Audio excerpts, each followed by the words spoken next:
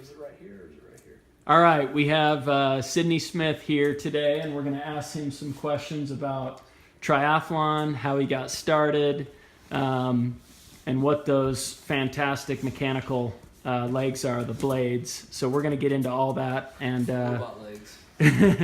and the poodle horse has decided that he's going to join this interview as well. So we're going to try to get him to get to the side. So anyways, why don't we just get started? Sidney, why don't you introduce yourself, who you are, your family, what do you do, and maybe your hobbies outside of triathlon before you got started in triathlon. Let's start there, if that's all right. Sure. My name is Sidney Smith. I grew up in Provo, lived out in Lake Powell for a long time, and recently, I guess in the last 4 years, live in Vernal, Utah. I'm in my 30s now, so I'm going downhill, I guess what they say. I have 3 kids. They are 7, 5, and 2. Some of the things I guess I like to do. I like to spend time with my family as much as I can. Outside of the triathlon training, I like the outdoors. I like to hike, fish, particularly ice fishing. Hunting is probably up there as my favorite, whether it be upland game or big game. That's kind of the thing that I grew up on doing, is a lot of hunting. Some sports, I like to play basketball. I definitely played a little bit before I lost my legs, as much as I can, but endurance sports really didn't come until after I lost my legs. What I do for work, I work at a hotel right now. I manage a Holiday Inn in Vernal, and kind of been in the hotel industry since college. I went to BYU. I hope that doesn't make anyone upset, but No. Fantastic. Good. BYU, and I finished at UVU. Awesome. That's a good intro. So very normal guy, just like the rest of us, but story is very inspirational. So we'll get into that here in a few minutes. But maybe tell us about, I know you mentioned today, so just to riff just a little bit, Sidney and I we had a swim this morning, then we went out to Antelope Island, went for a run. So I got to hear kind of the story in the moment. But I think it'd be good for you to tell people how this all happened, how you went from having 2 legs playing hoops growing up to having the legs removed and moving into endurance sports. Let's hear that story. Sure. I was born with a disease called Charcot-Marie tooth, and it kind of affects everybody differently. There's different types of it. My type is more of a severe case. For some people, it's just high arches, and for others, it's deformity. Most people kind of compare it to MS. It kind of has a lot of atrophy, and it ruins the nerves and the muscles. And I had about 10 surgeries on each foot growing up. Before my mission, after my mission, high school, and I think my first one was 5th grade. I'm not sure how old that is. I think it's 12. I still try to stay active through the whole time, hiking, playing ball, doing just small activities, weightlifting, that kind of stuff, yard work. But as I got to about 30, it's when things started breaking down. My bones kept breaking, and I didn't, I was so used to the pain that I didn't really know that I had broken bones, and arthritis started kicking in, ulcers, and to the point where my feet were so far turned on that I was walking on my ankles. And they had braces that try to fix it, but over time it just got worse. It's part of the disease. So my doctor kind of gave me an alternative of I could fuse my feet together where I won't have a lot of mobility, or I could have them amputated and take the chance of what prosthetics will do for me.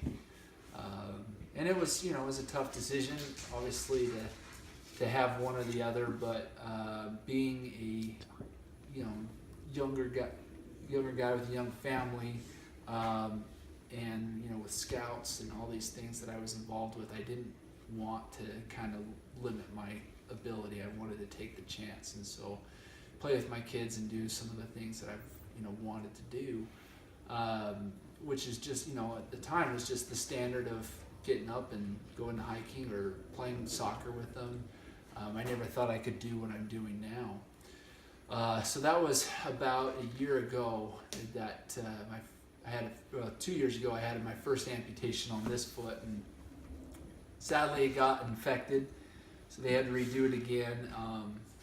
And about 9 months after that, they had to redo it again because there was some more complications. And at that time, I decided to do the other foot at the same time, since it was going to happen. I was just done with surgery. So November of last year was about my year mark, and I was in the rehab facility where they were teaching me how to move from a wheelchair to the bed, and the bed to the toilet and shower with no legs. So they're trying to treat me at there, and I got done with physical therapy and occupational therapy for the day, and I was tired, and I got to the bed, and I turned on the TV, and it was the Iron Man.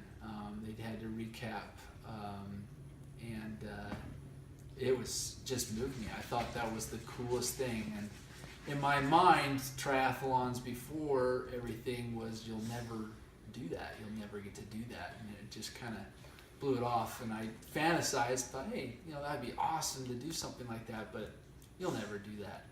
And on the screen, they show a glimpse of people going through the finish line, and they showed a little portion of a man that had a prosthetic leg just on one side. And so I kind of perked up, and I had my laptop at the time, and I pulled it up and Googled to see, what it would take to be an amputee to do an Ironman or any triathlon. And sure enough, there was a guy that had done it. That was a double back in 2007. So I stalked him a little bit and got his information and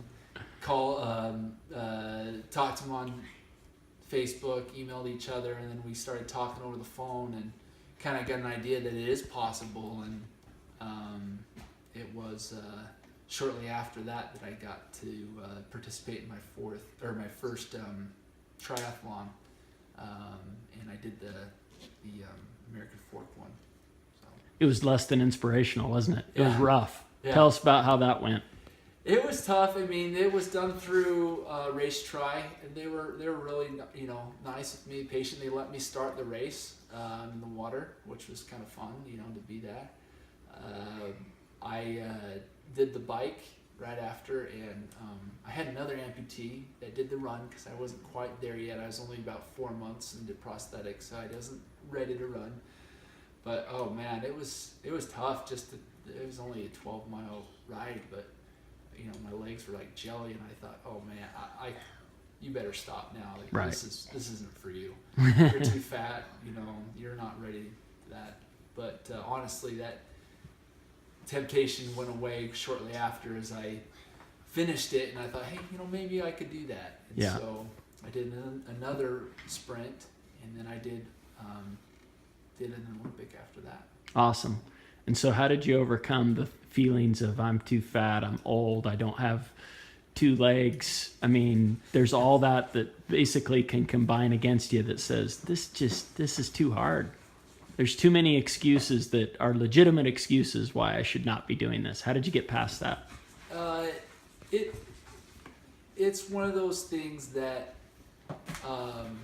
I've met other people out there that have disabilities, and some people, I mean, legitimately are unable to do things, but there are some people that are in better shape than me that say they'll never do that or they can't do that. And the fact that I was out there doing these things, kind of pushed me, hey, never is something that I don't want to have in my mind. And I just kept going back to that moment when I first said that my mind said you'll never be able to do that. And then sure enough, I'm seeing a glimpse of that. Now, I haven't done an Ironman, but I won't say that I can never do an Ironman now. And as I get further along and I'm getting better and better, it's honestly kind of building up this train that just keeps going faster and faster. Awesome. How does the family respond to your efforts? Your wife, your kids? I mean, you took a big risk saying, let's take them off and do the prosthetics thing. Did they think it's